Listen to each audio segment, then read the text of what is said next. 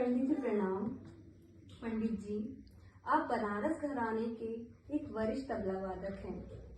बनारस घराने की लग्गी लड़ी के विषय में मैं अक्सर सुनती रहती हूँ, तो मैं आपसे जानना चाहती हूँ कि बनारस घराने की लग्गी लड़ी की क्या विशेषता है। इस विषय पर प्रकाश डालने की कृपा करें। ईशा जी, आपने बहुत अच्छा प्रश्न पूछा है। बनारस घराने की लग्गी लड़ी की विशेषता ये है कि बनारस घराने की लग्गी लड़ी में बनारस का मिजाज झलकता है, बनारस की मस्ती झलकती है, बनारस का जो एक इत्मीनान है वो झलकता है।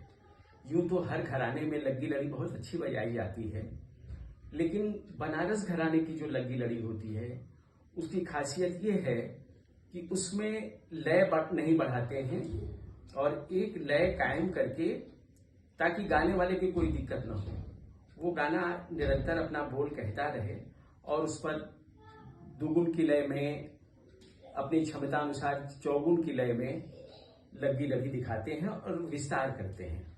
और एक चीज और बता दें कि बनारस की लग्गी लड़ी भी उतनी ही प्रसिद्ध है जैसे बनारस की ठुमरी और दादरा। तो पहले जब गायकी होती थी, लोग गाते थे, ठुमरी या दादरा गाते थे, तो लोग चुपचाप सुनते थे और तबला वादक शांत होकर सिर्फ ठेका बजाते जाते थे।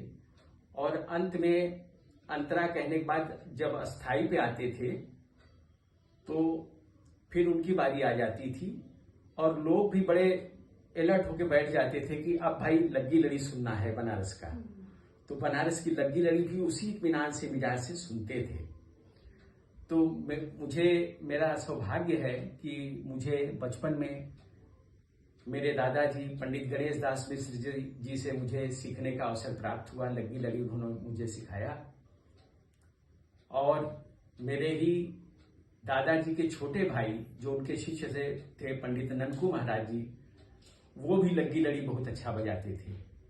मेरे चाचा जी जो कि मेरे दादाजी के ही शिष्य थे, पंडित जमुना प्रसाद मिश्र जी, भी लग्गी लड़ी बहुत अच्छा बजाते थे।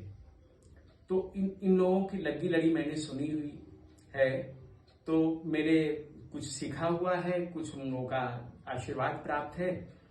तो मैं आपको बनारस की लग्गी लड़ी के विषय में थोड़ा सा, चूंकि होली का मौसम है इसलिए चाहता हूं कि ऐसे बताने से तो काम नहीं चलेगा, कुछ गायन के माध्यम से उसको व्यक्त किया जाए।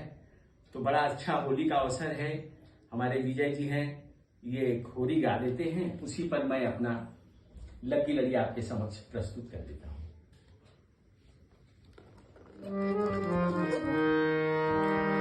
मोते